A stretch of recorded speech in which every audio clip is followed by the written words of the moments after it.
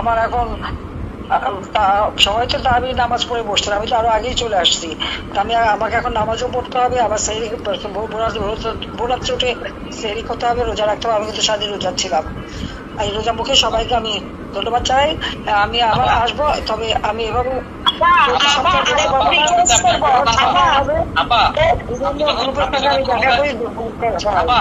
আপনি যখন প্রথম ক্ষমতা আসেন তখন একবার এই যে সরে গেছিলেন, তারপরে আপনার প্রধানমন্ত্রী যাওয়ার কথা ছিল কাজী মঞ্জুরুল আলম, উনি আমাকে জানালো একটু আগে ফোনে যে আমি কথা বলতেছি, আপনি কি আল্লাহ যদি সুস্থ হন আবার বাংলাদেশে ফিরে আসেন, সরে যাওয়ার জন্য সে অনুরোধ করছে। কাজী মঞ্জুরুল কথা বলার সুযোগ করে দেন।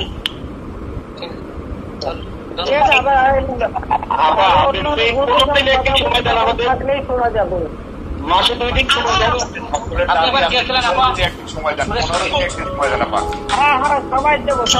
সময় দেবো।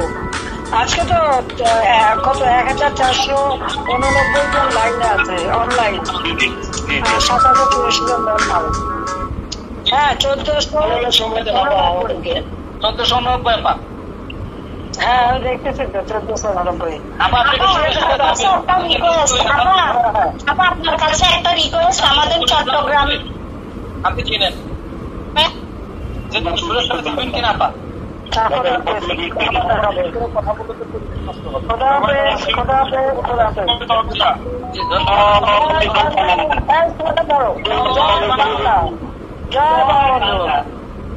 জয় বঙ্গবন্ধু, জয় শেখ হাসিনা। আমার উপর দোষারোপ করা হয়। আজকে হত্যাকাণ্ডের যদি তালিকা নেন, ইউনূসের আমলে সব থেকে বেশি হত্যাকাণ্ড ঘটেছে। তার সময় মাদ্রাসা শিক্ষক, প্রাইমারি স্কুল শিক্ষক, ছাত্র, শ্রমিক, গার্মেন্টস শ্রমিক, যেদিন যারা আন্দোলন করেছে সেই দিনই তাদেরকে তুলে দেওয়ার জন্য সাউন্ড গ্রেনেড, টিয়ার গ্যাস, গরম পানি মারা, এমনকি ছোট্ট শিশু তার উপর পানি মারা, সেখানে গ্যাস মারা, নানাভাবে নির্যাতন করে তাদেরকে আন্দোলনে করতে দেয় নাই, বাধা দিয়ে, এবং তার গুলি চালানোতে শ্রমিক হত্যা হয়েছে,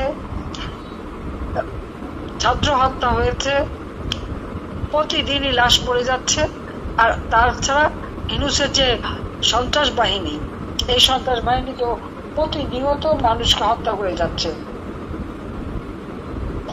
মানে মনে হলো কোনো নাই, যে কোনো সময় যে কেউ ঘরে ঢুকবে, লুটপাট করবে এবং বাধা দিলে তাদেরকে হত্যা করে আসবে।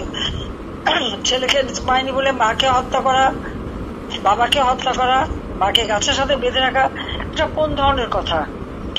এইভাবে আর আওয়ামী লীগের নেতা কর্মী হাজার হাজার নেতা কর্মীকে গ্রেপ্তার করেছে। প্রায় 20,000, শুধু এই ফেব্রুয়ারি মাসেই 20,000 উপর নেতা কর্মীকে গ্রেপ্তার করেছে এবং অনেকে খোঁজ পাওয়া যাচ্ছে, তাদের গুম করে দিয়েছে। প্রায় 3,000 উপরে পুলিশকে হত্যা করেছে। আনসার 40 জনের তো খবরই নাই। বিডিআর হত্যাকাণ্ডে যারা সামরিক বাহিনীর অফিসারদেরকে যারা হত্যা করেছিল, সেই মামলাও প্রত্যাহার করা এবং তাদেরকে ছাড়ার চেষ্টা। যত জঙ্গি সন্ত্রাসী, তাদের মুক্তি দিয়ে সারা দেশে এখন প্রতিদিন দিনে চুরি, ডাকাতি আর ধর্ষণের তো মহা উৎসব। বাসে, রাস্তায়, এমনকি ফুটপাতে, এমনকি একটা ফকির মিসকিনও রেহাই পায় না, ধর্ষণ করে যাচ্ছিল। যখন এই নিউজগুলি আসলো, এখন কোনো সংবাদ পরিবেশন করা যাবে না। আমার সময় নাকি বাক স্বাধীনতা, বাংলাদেশে একটা বেসরকারি খাত, টেলিভিশন, তার মধ্যে 34 প্রতিদিন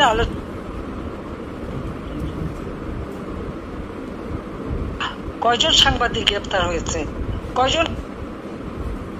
কয়জন সাংবাদিক অ্যাক্রেডিটেড হয়েছে, একজনও দেখাতে পারবে না। কিন্তু এখন 1,000-এর মতো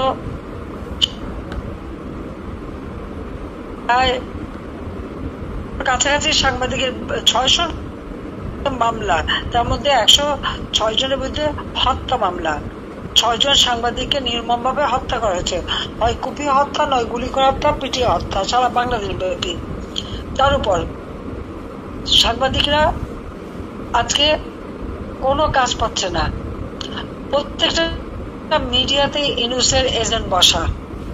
কোনো টেলিভিশন, প্রাইভেট টেলিভিশন একটা সংবাদ পরিবেশন করতে পারবে না। কি সংবাদ পরিবেশন করা হবে? তা ইউনূস সেন্টারে তার কিছু পালিত লোক আছে যাদেরকে সে 5 লাখ 7 লাখ টাকা 10 লাখ টাকা করে বেতন দিয়ে বসিয়ে রেখেছে। তারা কন্টেন্ট তৈরি করে দেবে, তারা নির্দেশ দেবে, আর প্রত্যেকটা মিডিয়াতে তার লোক বসা। তারা যে কথা বলতে বলবে সেই কথাই বলতে হবে, অন্য কোনো কথা নাই। আপনারা দেখবেন হঠাৎ করে দেখেন ধর্ষণের কোনো নিউজ দেওয়া যাচ্ছে না, খুন হলে কোনো নিউজ দেওয়া যাবে না, গ্রেপ্তার হলে কোনো নিউজ হবে না।